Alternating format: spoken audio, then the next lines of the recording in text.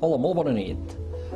Passaven uns minuts del migdia el passat dia 17 de maig, és a dir, farà gairebé dia per dia un mes, quan l'Albert Bosch trepitjava el cim de l'Everest. A més de l'innegable mèrit que suposa arribar a aquest cim el més alt del món, era la culminació d'un repte que el nostre convidat d'avui, el Quatre Paraules, havia iniciat fa 2 o 3 anys, el projecte 7 cims, que consisteix en pujar les 7 muntanyes més altes de cada continent del món. Amb l'Albert Bosch parlarem d'aquesta fita i d'altres passades o futures de la seva vida esportiva aventurera. Però què l'impulsa a fer això? Això també li demanarem que ens ho expliqui. Tot això serà després de conèixer breument el seu perfil biogràfic. Albert Bosch, nascut a Sant Joan de les Abadesses l'any 1966 i resident des de fa anys a Osona, al municipi del Brull, es defineix a ell mateix com un multiaventurer al que li agrada plantejar-se grans reptes. Preparar-se per aconseguir-los i organitzar l'esdeveniment forma part també de l'aventura.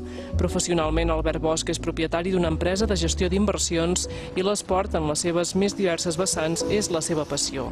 A part de l'alpinisme, al que es dedica des de fa més de 20 anys, ha participat en curses extremes com la Marató de Sables o la Titan Desert, ha fet duatlons i triatlons de muntanya. El món del motor ha estat la seva altra gran passió. Albert Bosch acumula ja 7 participacions al Dakar, en moto i en cotxe. Bona nit, Albert Bosch. Bona nit. Gràcies per estar avui aquí. A vosaltres, no ho dieu. Quan fa gairebé un mes que estava a punt d'atacar el cim de l'Everest, no?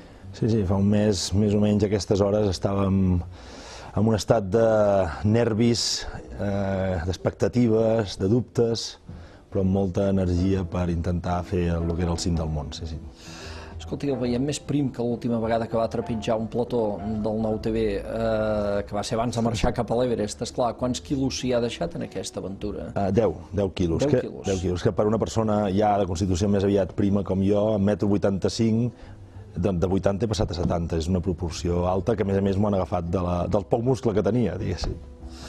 I per tant això deu voler dir que així com fer el cim requereix una aclimatació abans de pujar-hi, després deu requerir també una mena d'aclimatació, de recuperació, diguéssim, abans de poder tornar a fer activitat esportiva normal, no? Evidentment, sí, mira, el dia només d'arribar em va trucar el doctor Antoni Vallès, que és familiar meu per part de la meva dona, i em va renyar molt de que no m'havia fet prou revisió mèdica abans, però sobretot que l'havia de fer després, i m'han controlat una mica mèdicament perquè, a més, com el que penses ja és en començar a entrenar com una bèstia per altres coses, requereix un procés d'adaptació o d'aclimatació a la nova situació, com dius tu. Sí. En fi, dins de l'alpinisme hi ha com aquest món a part dels elegits, que és això del 8.000isme, podríem dir. Vostè, el primer 8.000 que fa, doncs és l'Everest, és a dir, que no s'hi posa pas per poc. No, ha estat una evolució, perquè dintre del projecte aquest dels 7 cims també ho vaig organitzar una mica per començar amb les muntanyes més fàcils i acabar amb la més complicada i a la vegada més emblemàtica i culminant del projecte i del món, en quant a alçada. Segurament hagués planificat fer una altra muntanya de 8.000 abans, però ni pel temps ni pel propi projecte, que per sort el tenia patrocinat, doncs no em permetia planificar-ho d'una altra manera. I al final tant li fa fer-ne una de 8.200 com de 20.800, són totes tan difícils i tan complexes. A partir d'una certa alçada, a partir de... Vostè, esclar, també ha fet la Concagua, que en té gairebé 7.000, però a partir d'aquesta alçada és quan tot comença a ser molt més difícil, no? Sí, realment allò que diuen que a partir de 8.000 s'entra a la zona de la mort, que diuen, veus per què quan estàs allà, perquè realment a partir de 8.000 depens molt de tu. Sí que et pot ajudar un amic, algun company o algun xerpa, però et poden ajudar amb algunes coses, amb ajudes parcials. Si realment passa alguna cosa una mica complicat, com pot ser, tan sols trencar-te una cama o alguna cosa normal, que en una muntanya es podria solventar, solucionar, allà estàs acabat, segurament. No hi ha marge de reacció, depens que tot et vagi bé amb tu. És un repte molt que ho has de tenir molt clar abans de pujar. Que la teva vida està només a les teves mans o com a molt a les mans d'algun dels teus companys que estan suportant el mateix esforç físic que tu. A vegades diuen, és que no el van ajudar, és que clar, allà tothom va al límit. O sigui, poden ajudar donant-te menjar, oxigen, alguna cosa, però el que no poden és carregar-te. Entre dues persones no poden carregar amb una, si van al límit de forces, prou feines poden moure ells, no podran ajudar amb tu.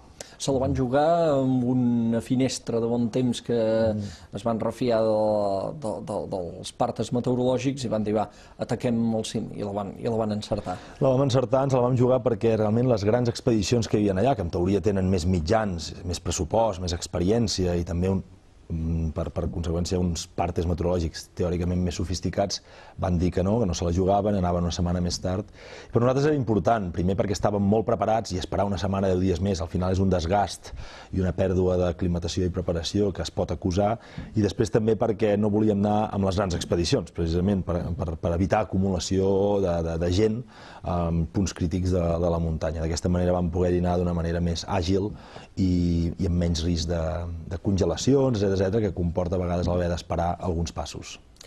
Ara en parlarem una mica també d'aquestes acumulacions de gent, però primer de tot, segurament pels que no hi hem estat mai i segurament no hi estarem mai, el que ens interessa també és saber quina sensació es viu. Vostè va estar 20 minuts, més o menys, a dalt de l'Everest? Sí. 20 minuts al sostre del món. Què es pensa en aquell moment?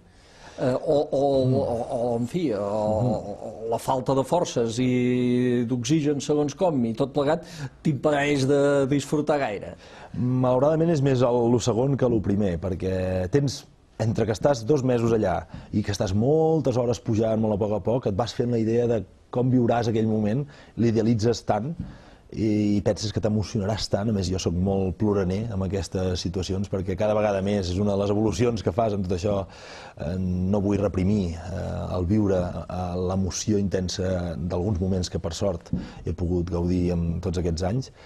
I el que passa és que quan estàs allà et passa tot el contrari, no tens ni energia, ni per plorar ni per expressar segons què, ni tens la consciència o el temps o la capacitat de concentrar-te en el que estàs fent en aquell moment, perquè hi ha molts... Primer hi ha una mica de pressa, perquè tens una mica de feina, quan arribes a dalt vols mirar una mica el paisatge, vols fer unes determinades fotos de compromís, o que has de fer per tu mateix, t'abraces amb els companys, però també tens tot el dubte de la baixada, perquè a l'Everest, cap muntanya s'acaba al cim, s'acaba sempre quan estàs a baix, però a l'Everest, o una muntanya més a 8.000, sobretot, perquè... Tots els alpinistes ho diuen, que la baixada és tan o més complicada que la pujada. Molts errors, molts accidents, molts problemes estan a la baixada, però més allà els veus, perquè no depèn només de tu, i qualsevol canvi en les condicions que no estava previst, clar, no tindràs marge d'actuació. Després tens uns nervis i una feina, repeteixo, i una poca energia que fan que no ho puguis disfrutar al màxim.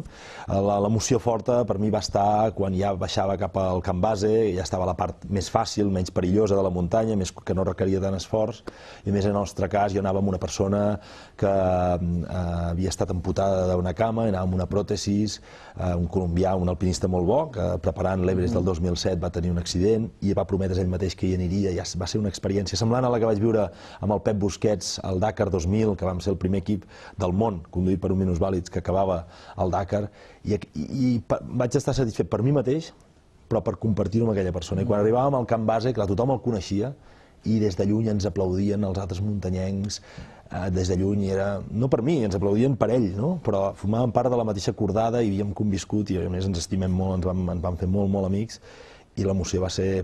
Poques vegades, ja ho parlo ara, ja em tornaria a emocionar, perquè va ser super intens i molt maco. Va conviure i va escalar amb una gent, aquests alpinistes colombians, els xerpes, amb qui tampoc havia fet cordada, tampoc havia treballat. Com va encertar aquesta compenetració? Això és casualitat? Els astres em van ajudar, suposo. Però mira, jo, moltes coses d'aventuretes d'aquestes, els 7 cims concretament, alguns els he fet amb amics que coneixia, o amb gent que havia fet muntanya, i alguns no ho he pogut organitzar, com a l'Everest, perquè volíem organitzar un grup d'espanyols, un d'Extremadura, un de Burgos i 2 d'Osca. Ja feia temps que hi treballàvem i no va poder ser per temes de pressupost, un va tenir un problema físic, etc. I molts els he fet així, anant una mica sol. I sempre he ensopegat gent que són amics íntims ara, en aquests moments, i tenir amics íntims per diferents llocs del món, que has compartit moments molt intensos i molt especials, és molt enriquidor. És més, jo ara